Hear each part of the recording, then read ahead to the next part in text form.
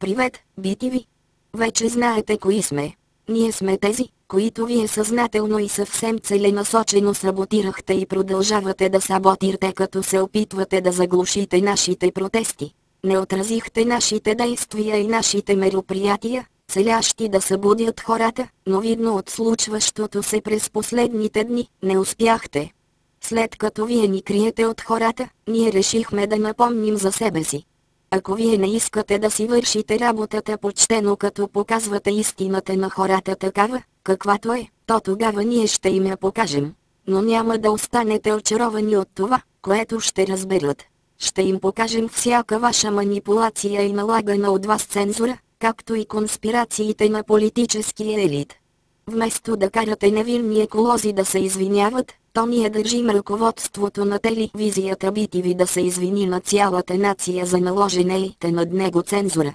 За това, че направи поредица от машинации и инсинуации по време на организирането на протестите против закона за горите, че е за сбъдването на кошмарите на Джордж Оруел, че е против свободното споделяне на знания и информация между хората, че е против свободно мислещите и будни граждани, против свободата на словото, както и че дръзва да критикува будни граждани, които са изразили различна гледна точка от нейната по повод торент технологията.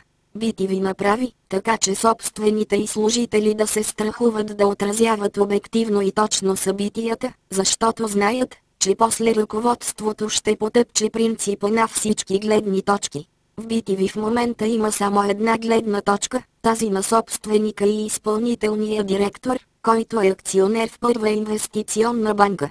Ние не сме против фоторепортерите и журналистите, работещи за тази медия, даже изпитваме съжаление за тях, защото осъзнаваме колко е болезнено да искаш да си вършиш работата съвестно и точно, да гонеш и отразяваш точно съответното събитие и после някой седнал на едно бюро да ти каже: това не се е случвало или това ще се отрази, не както ти си го подготвил, а пречупено през интереса на медията.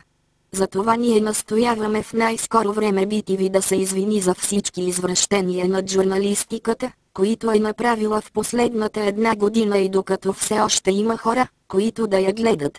В противен случай ще считаме както BTV, така и всеки един техен рекламодател за наш неприятел. Ние призоваваме, не гледайте BTV и не пазарувайте стоки продавани или произвеждани от рекламодатели в тази медия. Това ще е ответа на гражданите срещу случващото се в тази медия, която цели налагането на тотална цензура над свободата на словото и мисълта с цел обслужването на лични, корпоративни и политически интереси. Ние сме анонимните. Ние сме легион. Ние не прощаваме. Ние не забравяме. Очаквайте ни.